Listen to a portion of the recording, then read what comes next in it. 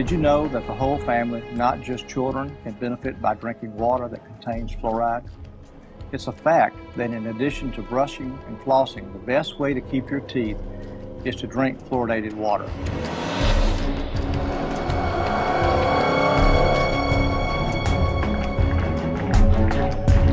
We consume it every day with the reassurance from our health authorities that it is doing us good. The truth is, fluoride is a poison, and adding it to our drinking water is an evolving social experiment started 40 years ago.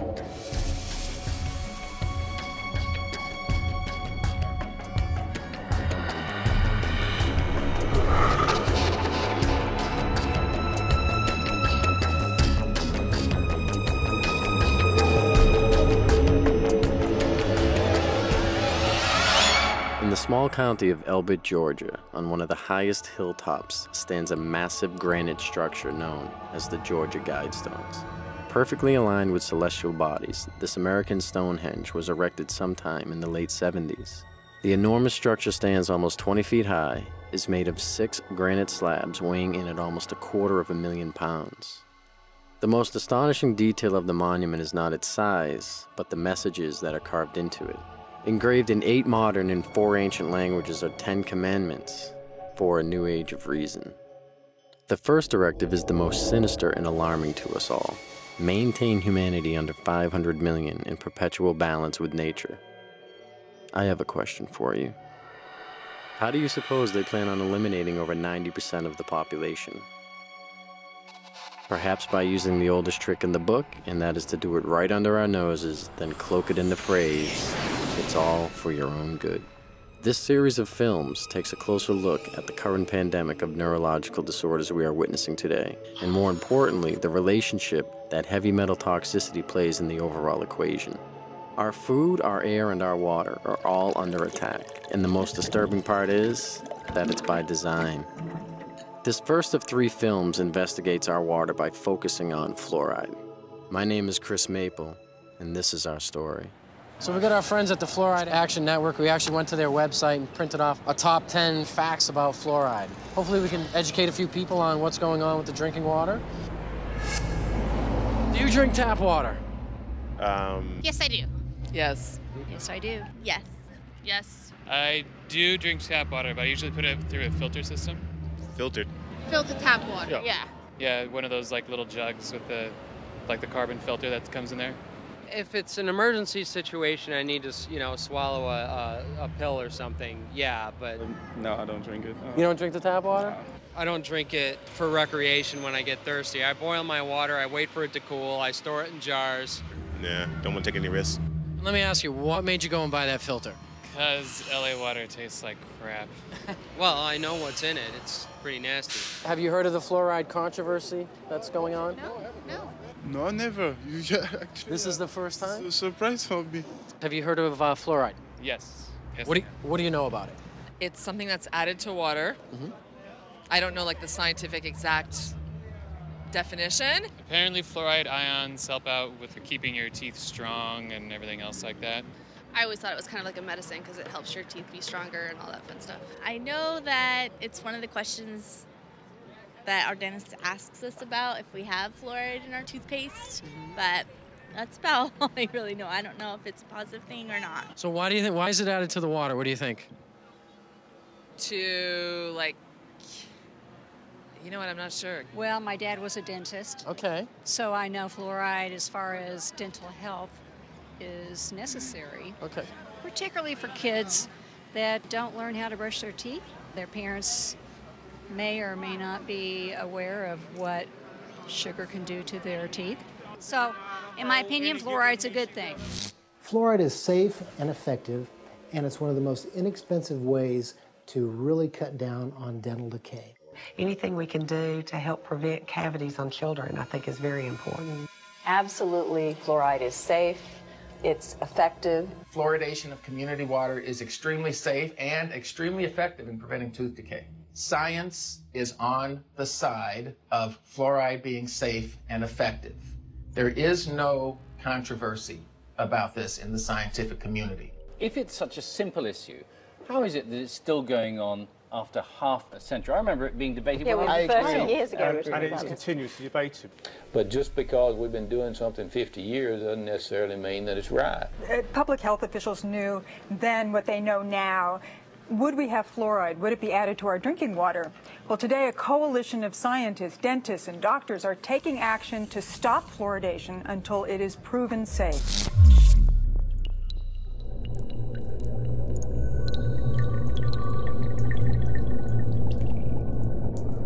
As I began my quest looking into the history of fluoride, I found what seemed to be a tangled web of information. While we agree that there are a number of different players in this game and paths to explore regarding the history on fluoride, for the sake of time, we will attempt to be as concise as possible. In the last part of the 18th century, a new kind of revolution was taking hold of the modern world. This was not a political, social, or cultural revolution. This was an economic revolution, and unfortunately for us, the byproducts were some of the most toxic pollutants humanity had ever seen. And one of the most venomous pollutants of them all was fluoride. By 1930, the aluminum industry was the biggest polluter of fluoride. In America, only one company was in the aluminum business: the Aluminum Company of America, otherwise known as Alcoa. Ironically enough, during that time, the U.S. Public Health Services was under the direct jurisdiction of the U.S. Treasury Secretary Andrew W. Mellon. It just so happened that Mellon was a founder and major stockholder of Alcoa. He was also the founder of the Mellon Institution, an industry-funded research institute that was notorious for giving industry the scientific data it needed to defend itself. The Mellon Institute published some of the key evidence that supported the effectiveness of fluoride in fighting tooth decay. It was Dr. Gerald Cox, who also worked at the Mellon Institute, that made the first proposal to artificially fluoridate our public water supplies. Although widely debated, the official human experiments began in Grand Rapids, Michigan on January 25, 1945, as they were the first to publicly fluoridate their water supply. So you guys want to know what fluoride is? I mean, that's what we're going to do over the next 12 months. Is our hope is to interview people like yourself, various physicians, neurologists, chemists, toxicologists, and get to the bottom of it. I mean, I don't understand why there's a debate. Yeah. We want to get to the bottom of what is fluoride. Is it good or is it bad? Okay. Well, more importantly, Mike, we'd like to come down and see you. How do you feel about that? Yeah, we can do it at my studio if you'd like. Oh, that'd be great. Okay, I got to run. I'm hosting out shows today. Yeah, all right. I know you're busy, buddy. I'll let you go. All right, Chris. See you soon, man. Okay, sounds good, Mike. Bye-bye. That's awesome. My name is Mike Adams, the Health Ranger, the editor of naturalnews.com. What is labeled fluoride is not naturally occurring fluoride like you might find in the ground. It's actually a collection. It can be over 100 different chemicals, including some radioactive chemicals, including many cancer-causing chemicals, including heavy metals, neurologically damaging elements that are called fluoride. And then this is dumped into the water supply, and the cities have the doctors and dentists convinced that this is somehow good for your teeth. So this topic, this fluoride topic, has been going on, discrepancy, There for 60 years now. must be an organization that is trying to push fluoride. Otherwise, it wouldn't be going into communities the way it is. So I think there's an organized group that are trying to influence cities and convince them. 2/3 of the water districts in this country fluoridate, but not San Diego.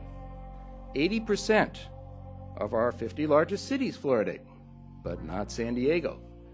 Now that the water district is introducing fluoride, we have a unique opportunity to really make sure that this incredibly cost-effective public health advance gets to everyone in the city of San Diego, and I urge you to consider that.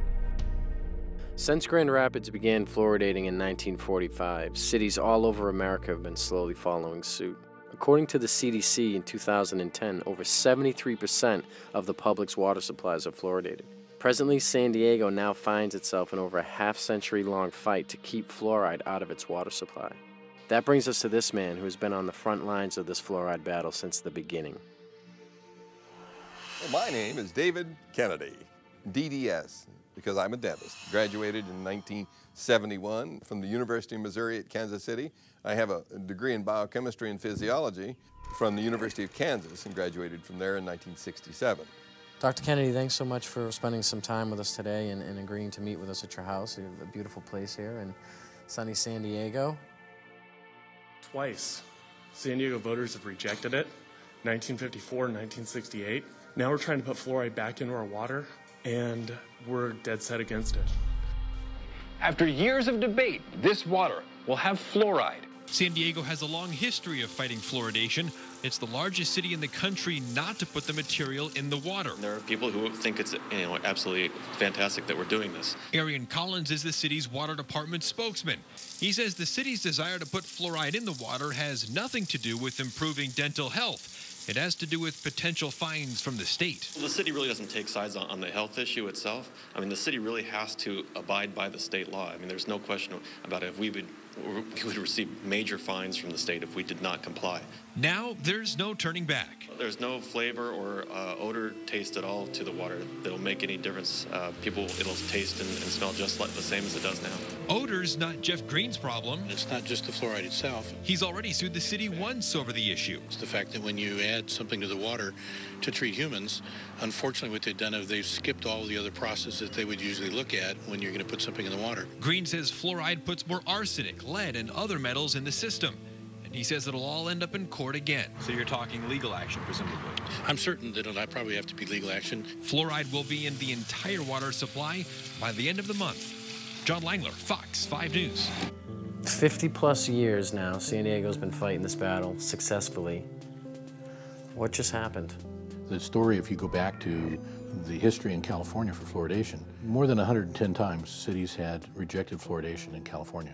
The City Council voted in 1952 to put hydrofluosilicic acid in our water supply. The citizens walked around and they said, we don't think that's a good idea, and we passed a law that says no fluoride or fluorine-containing substance or hydrofluosilicic acid can be added to the public water supply. There can be no gift of funds, no tax, and no water bill levied for that purpose. Even as far back as 1952, they were actually able to name the product that was going to end up being put in the water that we now have to spend all of our time on. And it's ordinance number 67 in the San Diego Municipal Code. It still stands? It still stands today, and what we have is a bunch of crooks and thieves in downtown City Hall, and they decided, well, you know, that's such an old law. Mayor Golddigger actually said that's such an old law. Well, you know, let's see, the Constitution is 200 years old. Shall we throw that out too, Mayor? San Diego is not being forced to fluoridate. They're doing voluntarily against the law that we have in our community. So what do you do about that? Then the only thing I know to do about that is exactly what all the people in Libya and Egypt and the Middle East did, is that when you get sick and tired of the totalitarian approach to government, where they says you will drink it, you're going to like it, we decided you need to have hazardous waste in your water supply, and you got to stand up and say, you know what? You drink it, because I don't want it. This is a sad day where the citizens of San Diego lost again. We held them off for 60 years, and here they are, buying Chinese hazardous waste, put it in the water supplies of San Diego, directly against our wishes. If you catch the citizens asleep, you can take their rights away, and that's what they did. That's what it was. People just, you know, are not savvy enough to be able to figure out that the hazardous waste from China is not what's going to prevent tooth decay. Eating right and taking care of your teeth is what prevents tooth decay. This is about your rights. This is a civil right. Are we going to put stuff in the water that harms children? We shouldn't. Well, we did. Well, hello there. Hey, Chris, how you doing? How are you? Good to see you. Good seeing you too. Nice to meet you. Thanks for inviting us out here in such a short notice. Oh, you bet, and I'm glad the weather showed up nicely. So you ready to talk about some fluoride or what? You bet I'm ready. As we know, it's a pretty important topic. It sure is, but a misunderstood topic by most people. Yeah, you're right. And hopefully we're here today to, to gather a little more clarity around the issue, and I'm hoping maybe you might be able to help us with it. Okay. When they first started using fluoride, they used sodium fluoride. And sodium fluoride that we were able to get from the aluminum industry. Well, the fluoride that is being put in the water now, not back in 1940, 1950, that was sodium fluoride. Now it's a mineral. It's coming from the phosphate fertilizer industry. It's a byproduct that is a very toxic waste. It's basically fluoride bound to silica, okay? And it's called fluorosilicylic acid when it's put in. Extremely toxic. Fluoride is really a clever way for industry, the mining industry, chemical processing industries, aluminum smelting and processing industries, to eliminate their toxic industrial waste without having to pay for it to be handled as industrial waste. They just slap a new label on it, fluoride. They sell it to cities, and the cities dump it into the water supply. The water in Amesbury is supposed to have fluoride in it, but Rob Damaris has been concerned for years about what's in the supply he gets from China. The residue you see here is what won't dissolve when he puts the fluoride powder in the water. What is that? We don't know. You have no idea what's in there. I don't know what it is. It's not soluble, and it doesn't appear to be sodium fluoride, so we're not quite sure what it is. But they should test it to make sure that what they're putting in is safe for us to drink. For almost a year, these fluoride pumps in Amesbury have been off, and the water department says they'll stay off until they can figure out what's in the fluoride. Since 2007, most of the sodium fluoride has also been imported from China because it's the least expensive on the market. I don't think that when it comes to something that I ingest every day, the lowest bidder is good enough. I'd like to be able to add it in, worry-free. But despite those concerns, we want to be clear. Both state and federal health officials tell Team 5 Investigates Chinese fluoride is safe. So who do you think we should talk to next? I mean, you know anybody that... Coming to town is Paul Connett. He's an excellent professor of chemistry. All the chemistry professors in the world think this stuff is bad because, it burns holes in the countertop and stuff like that. So Paul would be a really good guy for you to talk to. My name is Paul Connett. I am a retired professor of chemistry. I taught at St. Lawrence University from 1983 and retired in May of 2006. And my speciality was environmental chemistry and toxicology. Most people in America are persuaded that everybody fluoridates their water. And if you're living in a town like Albany or Long Island or Ithaca or somewhere, but the vast majority of the population of the world does not drink fluoridated water. Most of the countries do not fluoridate their water, only about 30. The countries now that have banned the use of fluoride, China, Austria, Belgium, Finland, Germany, Denmark, Norway, Sweden, the Netherlands, Hungary, and Japan. All these countries have said that fluoride, number one, is ineffective and toxic and should not be used. We are still using it. There's something wrong here. I think it's time that we become aware and do something about it. How come our country that's supposed to be, quote, so smart, uses it? Well, there's something going on here. What does the European Union know that we don't know? Nothing. Nothing. They know the same thing, that's why, but the difference is they're not getting paid off and we are, and so therefore, this is what the only thing I can come up with, because they both have the same facts. They both have the same facts. Fluoride is toxic. Fluoride is not helping your teeth. If it was really helping your teeth, why do we have all these dental problems? It's not at all. How come you can go to primitive societies around the world that never had even seen fluoride, and they have perfect teeth? Why are we having all these learning disorders? How come we're having autism? We're having all these things we never had before. Well, why don't we ask that question and answer it honestly? Answer it honestly. 98% of Europe does not fluoridate. Only 8 countries in the world have more than 50% of their population drinking water. America, Australia, New Zealand, Ireland, Israel, Singapore, Malaysia, and Colombia. Only 8. I am from Europe, so I'm really surprised. Yeah. It's 90% fluoride free. Yeah, you never knew that either? Okay. Well, they don't really tell a lot of people that statistic. In America here, we're 75% and growing, whereas all the other countries have been banning it. There's 2 main reasons why European countries explain why they never went along with this American practice. One was they didn't feel it was right to force it on people that didn't want it. And secondly, they didn't think that all the health issues had been resolved. I think Europeans have come to their senses on several issues, not all of them, but on many, GMOs being one of them and fluoride being another. They've rejected these things because they're looking at the evidence. America tends to be way behind the curve on really recognizing reality in the realm of fraudulent hoax science. our CDC and the liars in Washington, D.C. have only had success in countries that speak English for the vast majority of the disposal of their hazardous waste product. That means that you and I and our children in the United States are the largest consumers of hydrofluosilicic acid. Call it what it is. Hydrofluosilicic acid, what is that? Hydro's water, fluo, fluoride, silicic, sand, and it's missing an electron. It's acidic. It'll kill you. You take your hand, dip it in like that, you're gonna die. Hydrofluosilicic acid does not occur in nature. It's a man-made molecule. And it eats through concrete, glass, stainless steel, fiberglass, plastic. You name it, it'll eat it. So why are we putting that in the water? It's toxic, it'll kill you. You touch it, it kills you. Just before they pour it into our drinking water, there's a skull and bones right on the side of the packaging. You need to wear a hazmat suit. First tonight, hazmat crews from all across our area responded to a chemical leak this afternoon in Rock Island. The chemical was so strong that it was burning through the concrete there. News 8's Christy Mergenthal has the latest.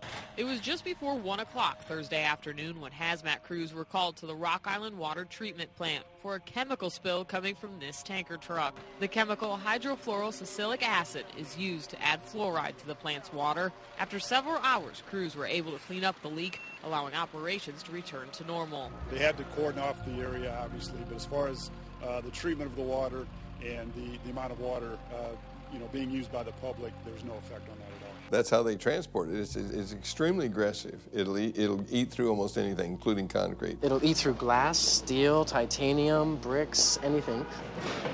It's crazy. Basically, is a hazardous waste byproduct of the manufacture of phosphate fertilizer. It's a mining byproduct. They dig up this rock.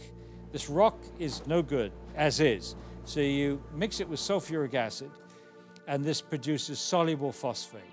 And that's what becomes the fertilizer. In doing so, they get all this fluorosilicate in there. It's a byproduct that they can't do anything with. It's a poison. So they sell it and make fluoride out of it. It was a fraud. It was a scam from the get-go. It is a means of getting rid of fluoride. You allow industry to use your water supply to dispose of their hazardous waste. It's a disposal mechanism. It's a major industrial waste pollutant. They were trying to dump it into the rivers that were going out into the ocean in Florida, and boy, they stopped that. They said, you're polluting, you're killing the fish, and which they were. For 100 years, they decimated the local vegetation, crippled the cattle, damaged the citrus groves in Florida. It was costing them a fortune to handle this as a very serious industrial waste. And then eventually... Oh, I have an idea. Let's put it in the water supply and we'll get them to take it off our hands. We don't have to pay to get rid of a toxic waste. And now they're making millions of dollars on what is. If you read it, it'll say what was. Well, I don't care what was. It still is an industrial waste product that is being added as our fluoridating agent. And so they're helping Cargill get rid of their hazardous waste problems. Cargill is the largest privately owned corporation in the world. They were also the largest producer of hydrofluosilicic acid. Cargill at one time had like 90% of the market. When the hurricanes went through Florida, they knocked out the holding pond, so there was a shortage of hydrofluosilicic acid. And so they reached out to the rest of the world, and now we get it from Mexico and Japan and China, because none of those countries allow fluoride in the water supply. They don't put it in at all. So obviously it's piling up in those countries. I don't think we need to be helping other countries out with their disposal of fluorosilicic acid. Fluoridation is the worst recycling practice in the world. So I support recycling. But to take the hazardous waste from the phosphate fertilizer industry, which cannot be dumped into the sea by international law and cannot be used locally because it's too concentrated, and to take that product and put it into our public drinking water is sheer lunacy. It's bizarre. I mean, George Orwell, Kafka could have written this play. It's lunacy. There are 250,000 tons dumped annually in the water supply. Does that sound like a big figure to you? If you had 1 ton and were worth over $1 million, you'd be a poor person by the time you got rid of that ton. It's extremely expensive to get rid of. Come on, let's think for a moment. Maybe we should be adding cyanide. How about adding cyanide to the water supply? Because now they got all this cyanide somewhere. Now, what are we going to do with it? It's costing us millions to get rid of it. Oh, just add it to the drinking water, and we'll pay you to add it. That's basically what they're doing with this fluorosilicate. It's almost like if a company could just dump its toxic waste into the river, and they said, well, we're just going to dump the byproducts of uranium refining and enrichment down the river. And we're going to say radiation is good for fish because it makes them brighter. You know, they could sell that on TV. They could get on Fox News and CNN, and they could tell the whole country, oh, the fish need to be brighter so they can eat at night. Otherwise, they might starve. So we need to save the fish, which means we need to dump more radiation into the rivers, and that's why this corporation that's enriching the plutonium, let's say, or the uranium, is a good corporation that's helping to save the fish. Now, I guarantee you, 9 out of 10 people would buy that, even though I just totally made that up and it makes no sense whatsoever. It's complete nonsense. Hydrofluorosilicic acid has no known benefit in human or any physiological system. It's not even useful in any mammal. So adding that to the public water supply for an alleged benefit is a fraud, and it's a crime against the citizens of this country, and it's cumulative over a lifetime. It is a very noxious poison, and you do not have to take my word for it. If you've got a Webster's dictionary, open it up. One of the definitions is fluoride, a violent protoplasmic poison. Then you have to go look up protoplasm. We are protoplasm, so violent protoplasm for us. Say, let's put that in the water and see how the kids turn out. Is there anybody that you know that might be willing to talk to us, perhaps a whistleblower, somebody who's been injured or? Yeah, you know, there's a guy who wrote a book, Toxic Torts, the tell-all book about the phosphate fertilizer industry, Gary Pittman. He'll tell you the story. Is that where was he out of? In Florida. That's where all the phosphate mines are in the United States. That's right. Paul, looks like we're going to Florida, buddy. What do you think? All right, Gary, so Dr. Kennedy had forwarded me your name and information and said that you might be willing to talk to us about an injury you incurred at work. Yes, been exposed to a lot of chemicals and heavy metals and have numerous health problems from the exposures. And then, you know, of course, that was during my 21 years in the phosphate industry. Wow, 21 years. Now, are you still in the industry? You still working, or? Stopped working in 1993 due to neurological problems, muscle disease, numerous problems that I didn't know what was going on at the time. Hey, Gary? How are you, my friend? Hey, good to see you. Here we are. We're in Jennings, Florida. We're at Gary Pittman's property with his lovely wife, Gloria. Been so kind to open up their house to us and let us come in and pick his brain a little bit about phosphate fluorides. So Gary, what made you write this book? I wanted to leave a history behind on what happened to me and some of the co-workers here in this county. And it kind of gives the inside look at a phosphate plant, mainly the chemical plant where phosphoric acid is made. Former employees of Occidental Chemical Corporation have filed a lawsuit against the company. They say they have life-threatening diseases because the company did not follow safety procedures. Paige, they have diseases like leukemia, emphysema, and toxic brain syndrome. For years, doctors struggled to diagnose them, but finally they found a common link. It was the phosphate plant they all worked for. Gary Pittman started working for Occidental's phosphate plant when he was 18 years old. By 39, he was unable to work. Today, he can barely walk upstairs, suffering from emphysema, chronic bronchitis, heart disorders, liver dysfunction, and a long list of other problems. The diagnosis, toxic brain syndrome. It seemed like everyone over there kept a cold, like flu-like symptoms. We'd always refer to it as a type of chemical pneumonia. Gary and several other former employees are suing Occidental for failing to provide adequate safety education and gear. We asked our supervisors a lot of times if they would need to paint off of the car while it didn't hurt a human, and they would say that the human body wouldn't be able to get rid of that kind of stuff. One woman's husband died of bone cancer before his battle could make it to court. They messed up my life. They messed up everybody's life, and they're continuing to mess up other people's lives. They need to come in and realize and admit to what they are doing. Going into this employment, were you, aware of all the hazards? Or? No, not if I tell you, I'd have chosen another career. I was a pretty smart boy at the time, and I wasn't smart enough, I don't reckon. But see, back in those days, there were no computers.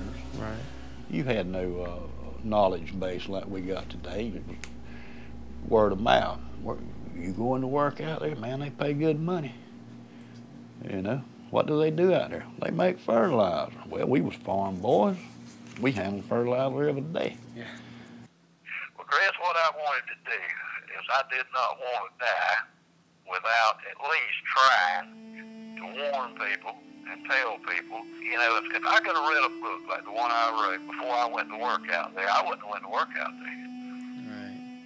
Because it would have educated me and said, what I want to work there, this guy's sitting there with cancer, this guy's over here with leukemia. To me, I think I'd have chosen another path. What would I say to myself if I was 18 again and looking for employment? Well, number one, what I would say to myself is money is not everything. You can't buy your health back once you lose it. If I'd have had the information that I have now, I would have evaluated this whole situation. If the company would have told me about the hazards and what I was going to be exposed to and what it could cause, and they knew. In 1972, when I went to work, the phosphate industry had been going on a long time in Central Florida. They knew the hazards, and they knew what happened to workers working there long term. And so did my company, but I don't think they tell them today. Still, huh? I just don't believe they do. Now, they claim they tell them about the hazards, but I don't believe they do, because if they did, they wouldn't have any workers.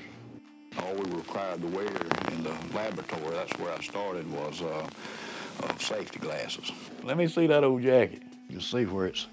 It just ate right through that, huh? You can just be walking out on a pipe rack, and sulfuric acid drip down on your back. I mean, it's gonna burn you. It's gonna burn right through your clothes.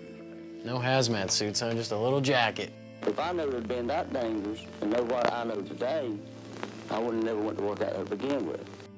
Let me ask you this: what are your thoughts on taking us over to the company that you work at? Well, that might be a little difficult. Wouldn't want to get caught out there or anything. They have security guards pretty much patrolling that area, but yeah, we could go out. I could show it to you. How close you think we can get? Well, you can't see what's on the inside from the ground. You have to get a view from the air. And there's some satellite images of all the phosphate mining in Florida. And they have got some great images of the devastation this strip mining causes. Yeah, we could go out. I could show it to you.